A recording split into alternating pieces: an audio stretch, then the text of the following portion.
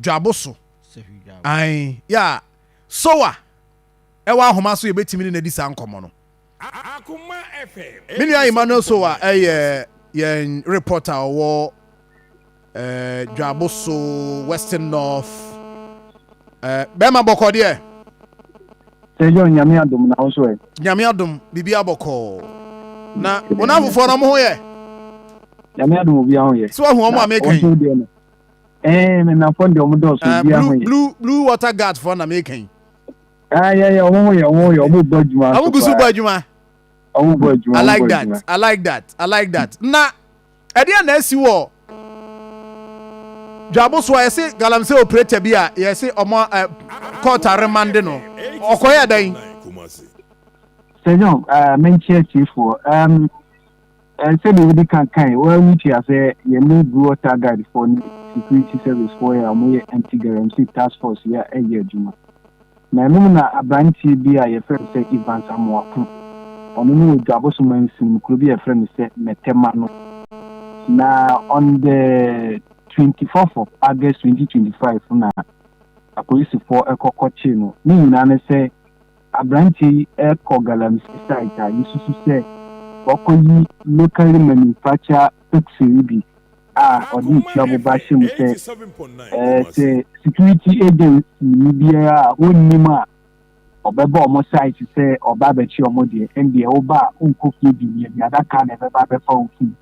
e say obeba otu oni ne mantie ebeba otu akun eno na video no omo ye na omo nja na ho omo de koto TikTok ama police for from national region ni bien na info nyina ense kabi ye ba sa na omo send ma Juaboso police for say omo hwehwe abrantie na ba bia owo bia no omo nche no into on the 24th na omo kochi abrantie no e wo metema no ena nura omo de ni kopi mu Juaboso magistrate court na omo de ni kopi mu no prosecutor ojemu edema aban no ebe kwa du minu ena bo abrantie friend Evans Amoako adodo na friend say saso no na charge mi no amode ball no ne say ba ko ode hunhuna atuma police force so e wo bra na abambofo so e wo bra omoyi omadwuma e de asom oman Ghana e ba sa omadwuma ye no yehu be ebe she omoso de to so minu okura etu a ese nkrata bia enihu e say unlicensed gun ati ikura no a eni akode ka nti omowie prosecutor ni wie na wo sere court say they asem na koye no enya branch no nko a na oye video no afin so etu a yesusu say ode kire wo video ni mu no omo ntanka etu no nti ombe kire court say nke be ya oma branch no ntu a police kokuni na emwa ma nhwehwe mu nkoso nyesa na obugya na obetimi I interfere investigation na ekoso no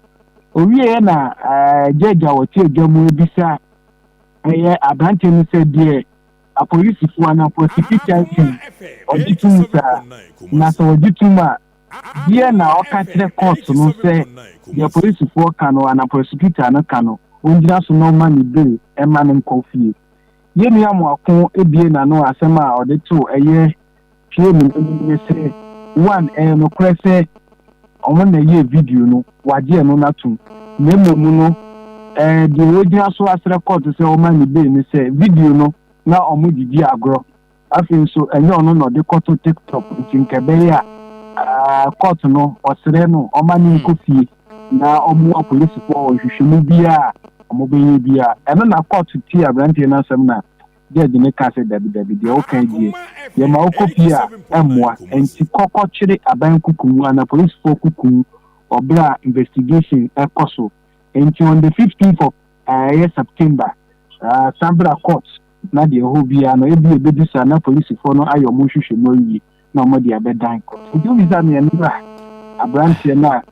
o trete security service say ubi wonu na oba o mo site ye bebo utu the other kind of baby phone and I remanded. In fact, Jina Sumame na abrantia no mo amopese mu hu abrantia kana se one da Facebook ha time a etuo no okita tuo no ene etuo no mobile okita no na video no da so sisia ye no ye be ma mo sound no wa ha mo amutie radio no na mo so mo hu de ekoso ho ene o toto ne nsa no toto ne nsa sa memasem ene mrantesem okra be ma kra de ka be ma asem pa de a wo be ma de wo kra ka anye be ma bia ne ade ena posifo aso ni mu a ya remanded no nra ni fie be say I want to buy 20 circle. Only 20 circle. Na and was in agro na no odi. I was not the 20 the agro and then ranting. You hear sound and always say a month for judging the tea and I just mobile gen so uncle so. Do not show me the agro no creature crown to be that. Enti etu yi kra say etu no da bi etu de etu kitwa bi anim etu de kitwa bi anim etu nso ye mfa tu ni agrosa tu kitwa bi anim yeah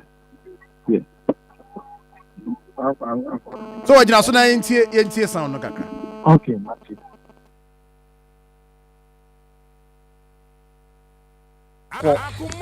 ye ma won fa wa chi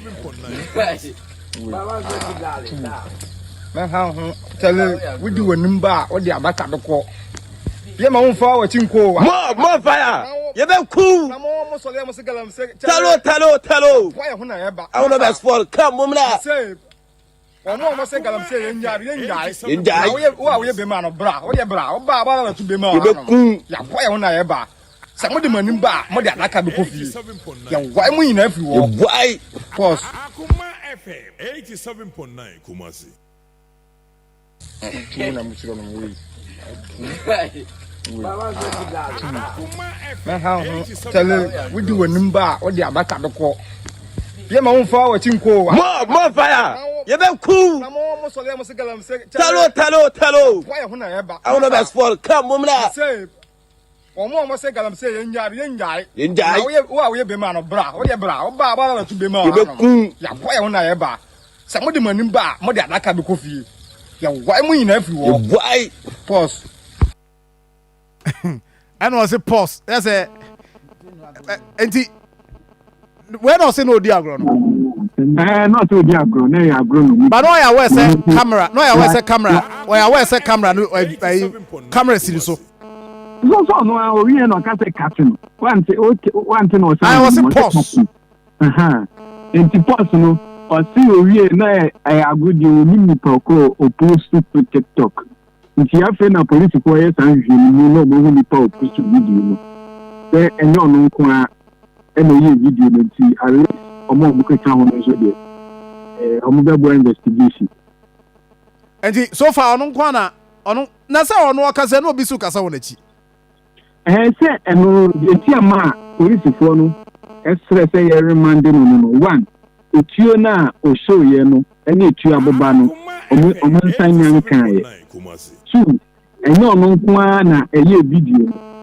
nti omo ye video no so we say police fo obo ahwehwemu na omotimi enter camp for no omo so beboa ekwan identity man na omo so omo ye video no after society omo gina ye video no so we say ni na omo bo man hwehwemu koso enti na court police for conjure remand the man na abrantie na je se wo ye obi a ni hwe ni group de o wachire papa pani de o wachire mo hwe na oboy papa pani ena ni nuanom mrantia ka se wo mkra de o mo no se na junior high school for ne ana o adu senior high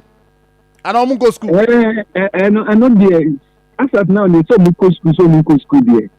ye hu ye we actually dey on go school mo amaka no dey so far say intimi